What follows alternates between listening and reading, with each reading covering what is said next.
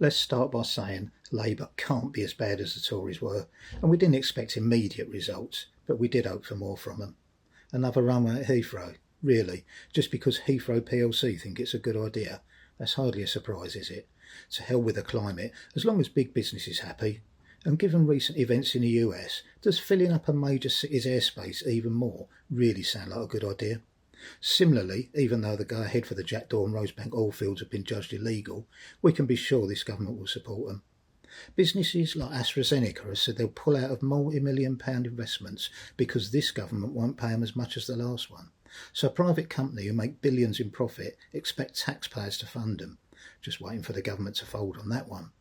Like using public money to redevelop Old Trafford, home to the richest football club in the world and owned by probably the richest man in Britain. One of the billionaires whose wealth increased by £44 million a day last year. Reeves has lifted the cap on bankers' bonuses and some could see a 25% increase this month. Doesn't sound very socialist to me when pensioners are losing their fuel allowance and the two-child cap keeps millions of kids in poverty. Nor does watering down the taxing of non-doms, which was a major part of the manifesto they were elected on after word in their ears from the world's richest people at Davos. Nor does allowing water companies to raise bills by up to 26% to cover the fines they're receiving for polluting our rivers and seas, while their bosses and shareholders continue to rake in more than that in bonuses and dividends. Let the bastards go to the wall and pick up the business for free, no payoffs necessary.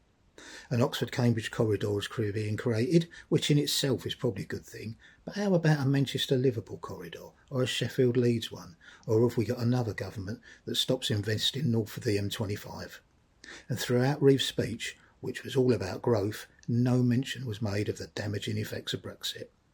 Starmer's in a tough position, with the EU, who we've fucked about big time and have no reason to do us any favour in future negotiations, on one side, and the US with an oligarchy of billionaires who only can care about themselves on the other, threatening tariffs.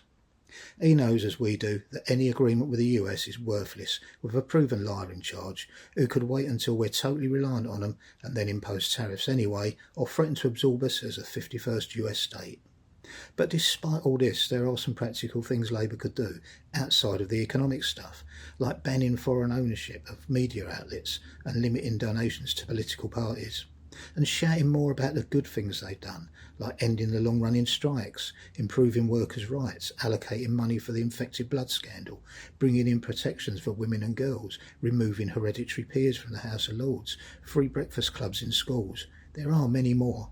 Come on, Labour. Be Labour for fuck's sake. Don't be intimidated by millionaires threatening to leave the country who avoided tax anyway. Stand up for the people.